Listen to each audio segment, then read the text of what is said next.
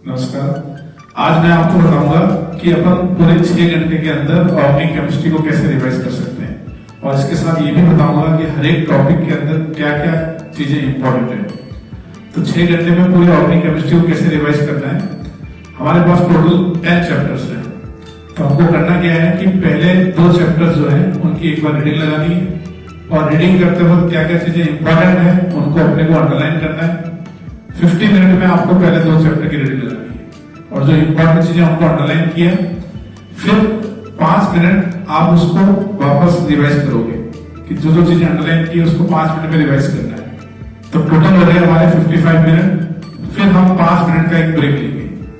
तो ऐसे हम 1 घंटे में 2 चैप्टर को करेंगे।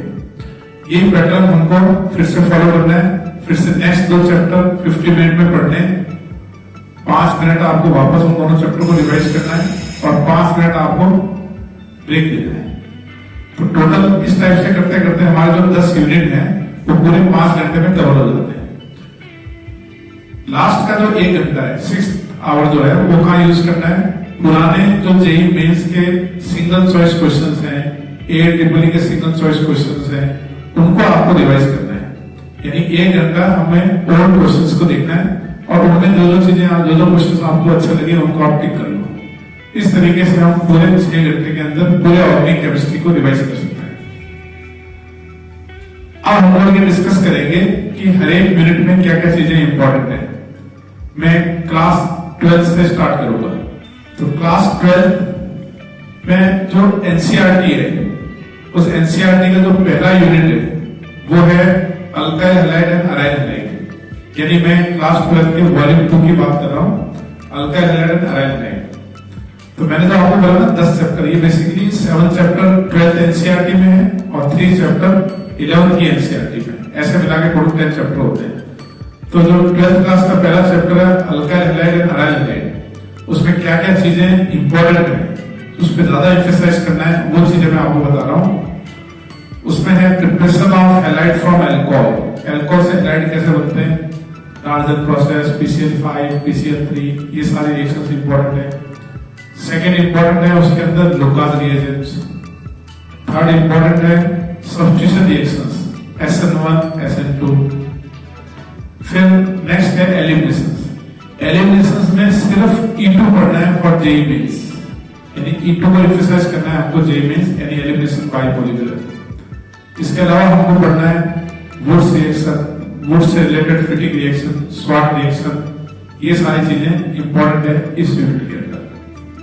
अब हम जाएंगे नेक्स्ट यूनिट में। हमारा नेक्स्ट यूनिट है अल्कोहल, फिनॉल एंड ईथर।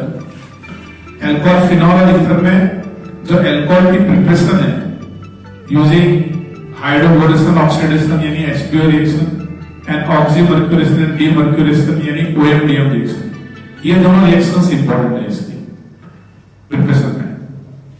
फिर रिएक्शन ऑफ अल्कोहल में अल्कोहल के ऑक्सीडेशन रिएक्शंस और very important esterification of alcohol, reaction of alcohol with active metal, उसका डीहाइड्रोजनेशन, ये सारी चीजें इंपॉर्टेंट है अल्कोहल की केमिकल प्रॉपर्टीज में। फिर हम आएंगे फिनॉल में। फिनॉल में जो वेरी इंपॉर्टेंट है वो है रिमर-डिमर रिएक्शन एंड कॉल्मे-स्मिथ रिएक्शन। और कॉल्मे-स्मिथ जैसा हम जानते हैं उससे हम आगे जाके एस्पिरिन प्रिपेयर कर सकते हैं। तो प्रिपरेशन ऑफ एस्पिरिन भी इंपॉर्टेंट है। उसके बाद नेक्स्ट यूनिट है हमारा ईथर। ईथर में 2 रिएक्शंस हैं जो बहुत इंपॉर्टेंट है।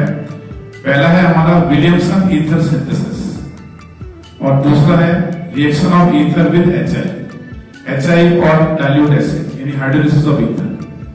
तो ये ईथर में हमको 2 रिएक्शंस करनी है। अब हमारा नेक्स्ट यूनिट है aldehyde and ketone. Aldehyde ketone में एनसीईआरटी में वॉल्यूम 2 में पेज 354 में कुछ मेथड दे देते हैं एल्डिहाइड फॉर्मेशन के, वो आपको पूरे याद होने चाहिए। वो आपके जेई मेंस एडवांस सभी जगह यूजफुल है। उसमें से पहला मेथड दे रखा है रोजनमोन रिडक्शन, फिर वहां पे स्टीफन रिडक्शन, एल्डिहाइड बाय डिवाल-H, Etard reaction, side chain halogenation, Gattermann Koch reaction. ये प्रिपरेशन ऑफ एल्डिहाइड अपने को अच्छे से याद होना चाहिए। इसके बाद रिएक्शन ऑफ एल्डिहाइड में साइनोहाइड्रिक फॉर्मेशन है, एसिटल फॉर्मेशन है, एल्डिहाइड की रिएक्शन लिग्नार्ड के साथ क्लेमेंसन, वुल्फ किस्नर, ये चीजें इंपॉर्टेंट है। एल्डिहाइड एंड कीटोन के जो टेस्ट है वो इंपॉर्टेंट है। उसमें क्या क्या इंपॉर्टेंट टेस्ट है? Iodoform test very important, Tollens test, Fehling test and 2,4-DN। एक और टेस्ट है जो मैं यहीं पे ऐड करना चाहूंगा, वो है सोडियम बाइकार्बोनेट की रिएक्शन। तो सोडियम बाइकार्बोनेट हम यूज करते हैं to differentiate benzoic acid and phenol, या उनके सेपरेशन में भी यूज होता है। सोडियम बाइकार्बोनेट की रिएक्शन भी इंपॉर्टेंट है। फिर हमारा नेक्स्ट चैप्टर है ऑर्गेनिक कंपाउंड कंटेनिंग नाइट्रोजन। इसमें मेनली जो पूरा एम्फसाइज करना है वो है, इसमें इंपॉर्टेंट चीजें Hoffmann bromide reaction and diazotization reaction of amine.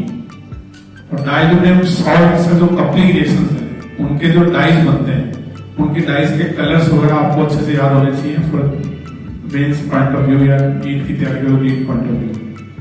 Chemical property of amine में एक आप आइसोसाइनाइड टेस्ट, इसको बढ़िया से करो, ये इंपॉर्टेंट चीज है। एक अपना हिस्बर्ग टेस्ट इंपॉर्टेंट है, और एक एसिटाइलेशन ऑफ एमीन। एमीन के अंदर एरोमेटिक एमीन की रिएक्शंस भी इंपॉर्टेंट है। एरोमेटिक एमीन का नाइट्रेशन, एरोमेटिक एमीन का एसिटाइलेशन रिएक्शंस, इनको भी एम्फसाइज करना है आपको। और एक प्रिपरेशन ऑफ एमीन में Gabriel phthalimide synthesis of primary amine, ये भी इंपॉर्टेंट रिएक्शन है। नेक्स्ट अपना टॉपिक है बायोमॉलिक्यूल। बायोमॉलिक्यूल्स के अंदर बेसिकली जो कार्बोहाइड्रेट की क्लासिफिकेशन है वो हमको ध्यान होने चाहिए, वो इंपॉर्टेंट है। और बायोमॉलिक्यूल में ग्लूकोज से रिलेटेड जो रिएक्शंस हैं वो इंपॉर्टेंट है, जैसे ग्लूकोज का औषधन बनना, ग्लूकोज का ऑक्सीडेशन, ग्लूकोज का रिडक्शन, ग्लूकोज की रिएक्शन पर आयोडिक एसिड के साथ, साइक्लिक स्ट्रक्चर ऑफ ग्लूकोज, और उससे अपन कैसे डाइसैकेराइड बना सकते हैं, स्टार्च, माल्टोज, लैक्टोज कैसे बना सकते हैं, उससे अपन कैसे पॉलीसैकेराइड बना सकते हैं, उसकी फॉर्मेशन कैसे होती है, एनोमेरिक कार्बन क्या है, ये चीजें इंपॉर्टेंट है।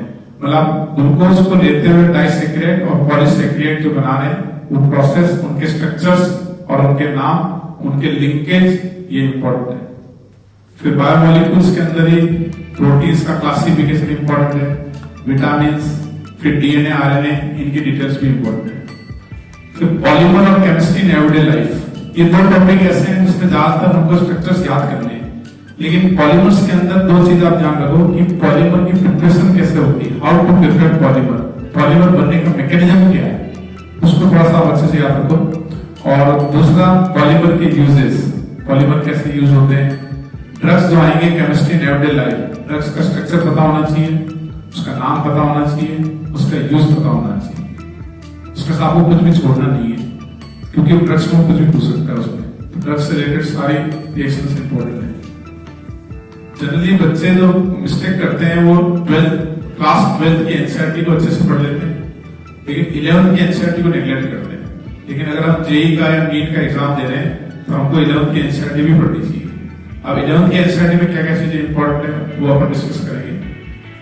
11th की एनसीईआरटी में एक तो जो रसायन टेस्ट दे रखे हैं, Kjeldahl test, Dumas test, Carius test, ये सारे जो इंपॉर्टेंट टेस्ट हैं, एक तो इनको अच्छे से पढ़ना है। एक वो डिस्टिलेशन प्रोसेस जो दे रखा है एनसीईआरटी 11 में, उनको अच्छे से पढ़ना है। फिर 11th की एनसीईआरटी में हाइड्रोकार्बन टॉपिक दे रखा है, उसमें Markovnikov rule, anti Markovnikov rule, ozonolysis of alkene, और बाकी बहुत सारे छोटे रिएक्शन दे रखी है। मेन जो रिएक्शन मैं बता रहा हूँ इनको एम्फसाइज करो। एल्केन के अंदर ही हेलोजेनेशन ऑफ एल्केन जो काफी डिटेल में दे रखा है एनसीईआरटी में, मीथेन का क्लोरीनेशन दे रखा है, उसके सारे स्टेप्स, उनकी कुछ कंडीशंस, उनके एग्जांपल्स, वो भी आप ध्यान रखो। 11th एनसीईआरटी में प्रिपरेशन एरोमेटिक मॉलिक्यूल्स के बारे में दे रखा है, तो आपको एरोमेटिक मॉलिक्यूल्स में बेंजीन प्रिपरेशन कैसे होती है वो चीजें काफी इंपॉर्टेंट है। हम एल्काइन से कैसे बेंजीन बनाते हैं, हम एल्केन से कैसे बेंजीन बनाते हैं, हम सोडा लाइम से कैसे बेंजीन बनाते हैं, हम फिनॉल से कैसे बेंजीन बनाते हैं, हम डायजोनियम सॉल्ट से कैसे बेंजीन बनाते हैं। तो method of preparation of benzene को ज्यादा एम्फसाइज करना है आपको, वो ज्यादा इंपॉर्टेंट है। और रिएक्शंस ऑफ बेंजीन में फ्रिडोग्राफ अल्काइलेशन एंड फ्रिडोग्राफ असाइलेशन।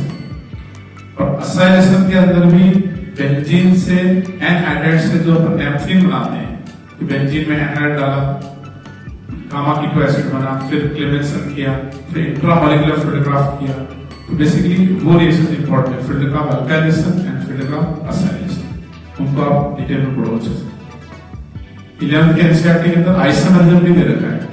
तो आपको स्टीरियो आइसोमेरिज्म में तो जो आइसोमेरिज्म है उनकी डेफिनेशंस, उनके आरएस नॉमेनक्लेचर पता होना चाहिए और स्ट्रक्चरल आइसोमेरिज्म का क्लासिफिकेशन पता होना चाहिए। स्टीरियो में सिमेट्री वगैरह वो सब डिटेल में जाने की जरूरत नहीं है। बेसिक डेफिनेशंस और स्ट्रक्चरल आइसोमेरिज्म कैसे ड्रॉ करते हैं वो आपको पता होना चाहिए। और टॉटोमेरिज्म का बेसिक आइडिया होना चाहिए। टॉटोमर कौन से मॉलिक्यूल शो करते हैं, टॉटोमर में सॉल्वेंट का क्या इफेक्ट होता है, बेसिक इनॉन कंटेंट किसका ज्यादा किसका कम, ज्यादा डिटेल में नहीं, बेसिक पता होना चाहिए। एकदम सवाल अगर मेंस में आएगा तो एकदम इजी लेवल का है।